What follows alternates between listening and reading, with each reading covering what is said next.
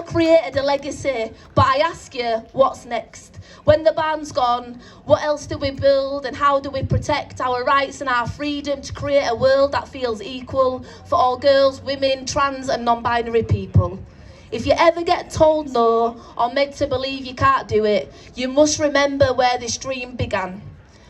We raise our heads, hold our tools in our hands and say, actually, we can. Thank you.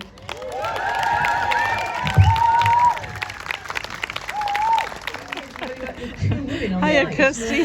Hello. That was a fantastic poem. Can you tell us a little bit more about it? Why did you write it? Yeah, so I was commissioned by Wow Festival to write a poem about the barn raisers, which was a challenge in Leeds 2 weeks ago where 300 women and non-binary people got together to build a barn in 24 hours. There it is. Yeah. Wow.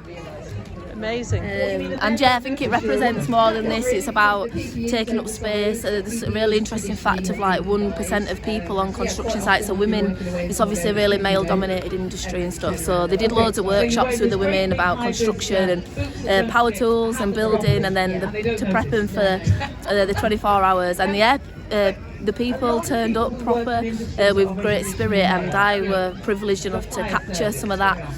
Chatted to loads of them and just to write a poem to share at the festival. So they've just asked if you have an idea or a dream. What would that be? I think like how we can all move together to make a world that is more equal for women, and to feel like we can speak out and to do stuff and to have that belief in ourselves even when it seems crazy. I think when they first had this idea, people were saying it's not doable, and look at it. Yeah. So I think just taking that and applying it to all different parts of our lives. Yeah.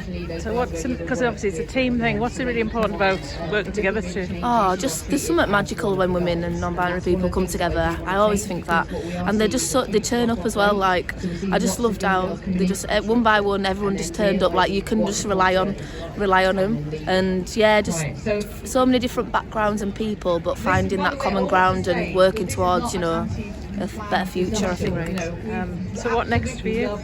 So yeah, I'm a poet and a writer, so I've got a few plays that I'm working on, and yeah, I just want to start getting my work out there. And so what's your big dream in terms of your own work and your writing and your poem?